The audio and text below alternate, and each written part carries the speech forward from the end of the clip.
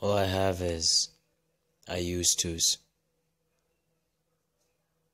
I used to buy and sell incredible quantities of different various drugs.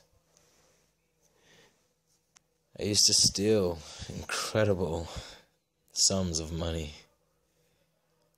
and things. I used to lie with incredible deceit in my heart. And I used to brag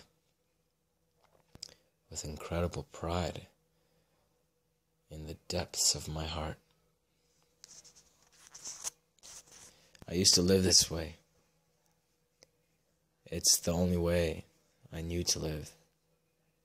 I was aware of different styles of living, I just never lived them, so all that I knew was to lie when you want something, because you don't want to lose the opportunity to steal when you don't have something, because you don't want to be without anything. To do drugs because of how you feel when you're on them. Like it's better. Everything's better. Everyone's happy. Everyone feels good. There's less to argue about. But those habits were all expensive.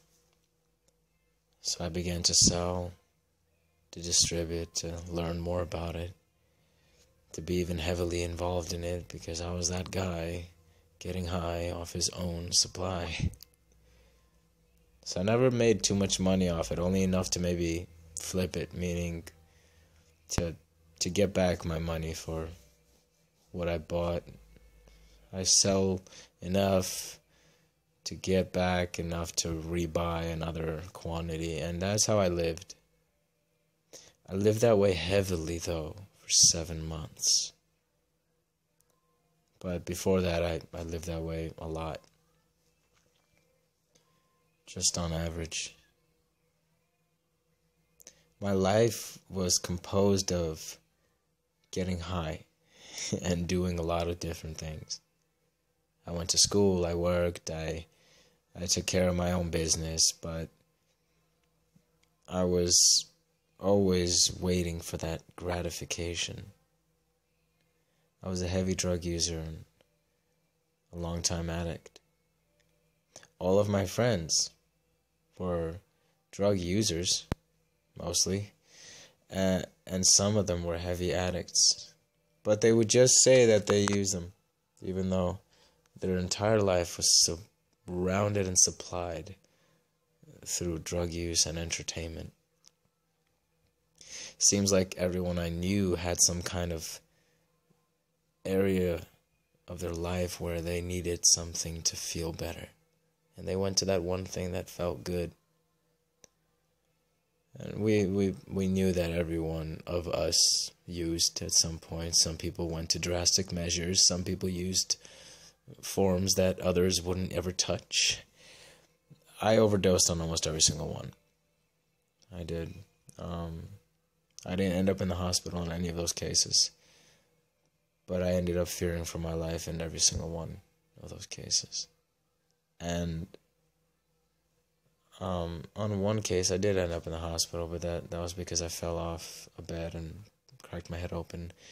But I lived a life of exhilaration, a life where if I didn't get that fix, I had more to worry about. I had more to be frustrated about. I had an anxiety issue. I would be frustrated easily. I had an anger issue. I'd doubt. I'd fear. I just want to feel better, because I wasn't. I never felt good enough. I felt terrible most of my life, and my parents did nothing wrong, but life just led me down this road of depression, and my whole life response to that was to make myself feel as undepressed as possible. So I got hooked on uppers, meaning speedy drugs that make you twitch, something that doesn't make you feel all low. But then I got a hang of the low drugs too, because they made me laugh. And then I learned to mix and to mash, and everything just began to be all about those drugs. And that went on all the way from 13, 14 years old until 23 years old. Although I did have a 2 to 3 year break when I signed up into the military. I didn't use drugs, but I did get back on some form of them towards the end of my enlistment. That's what kind of a military man I was, the one that got hooked on party drugs after the last tour, or during, right before his last tour. I was that guy.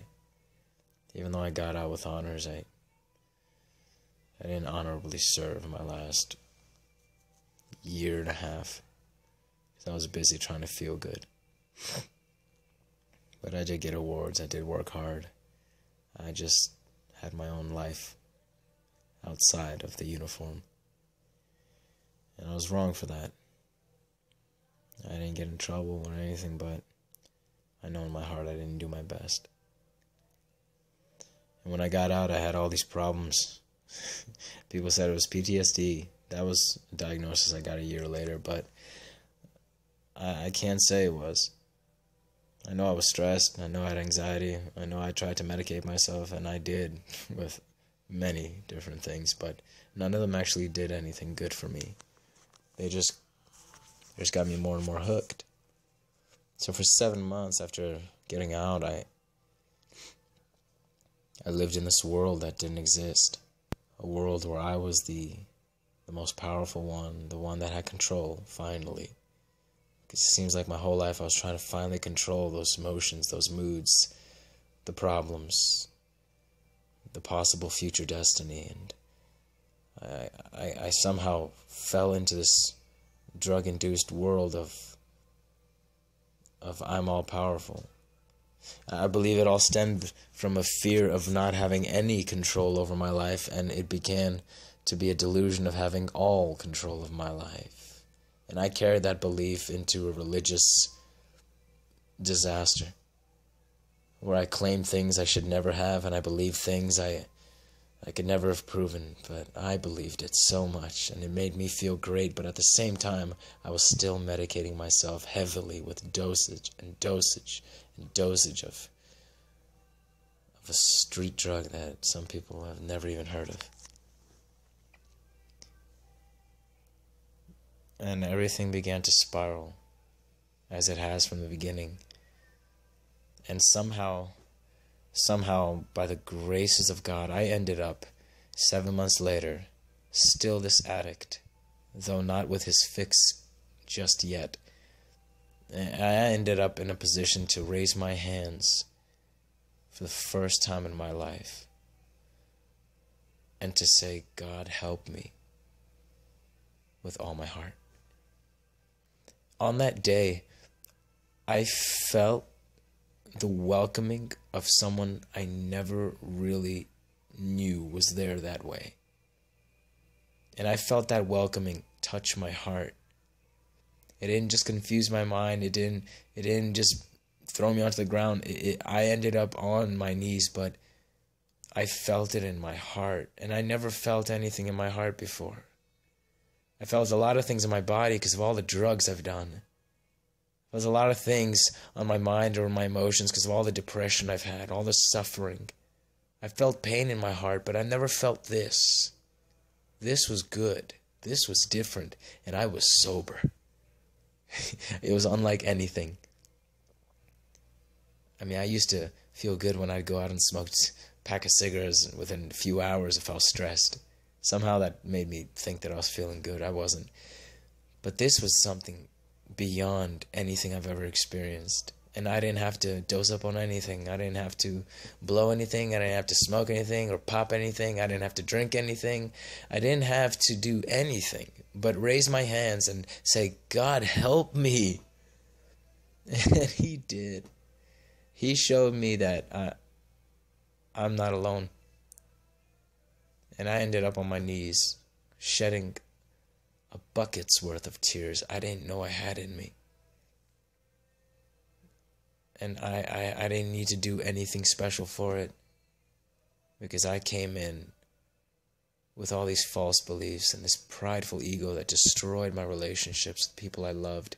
And yet, I was still being welcomed by this authority that didn't point his finger at me, but showed something to me that I can't explain with words. But I can only say I ended up on my knees, comfortable, knowing my life has just become different. So, whatever it's going to take for anyone to reach up and say, God help me, I'll say, it only took me to see how far down I really was, how rock bottom I really was, for me to reach up and to meet Jesus Christ in an encounter that has saved and altered my life forever. An encounter that kept me going, because now I pray daily. I have him. I've been saved. I've been baptized in his name. I know he's there. I follow him, and he is my guide everywhere I go. And he's willing to do that in every single person's life by going into their heart and fixing those pains into understood revelations, by adjusting our perspective. But only when we say, God, you help me. He won't kick down your door. He's not the Kool-Aid man. He's the most generous, patient, almighty God you'll ever meet. And he's the only one that really exists. So I pray every single person gets a chance to reach out with their heart and say, God help me, Jesus help me. And when you do that, from my testimony, I did it with my heart, even though I got all these prideful thoughts, he didn't hold back. and when God doesn't hold back, no one can stop him. And it's the most beautiful thing you'll ever experience. So, you're not alone. No matter where you've been, no matter how you've gone, you're not alone. And he's never going to forsake you. But while you're alive, you have a chance to reach to him. After that, chances are over. I say reach to him, it'll be the best decision you'll ever make. It doesn't matter what you're doing, doesn't matter how successful you are. Reach to Jesus Christ. He loves you.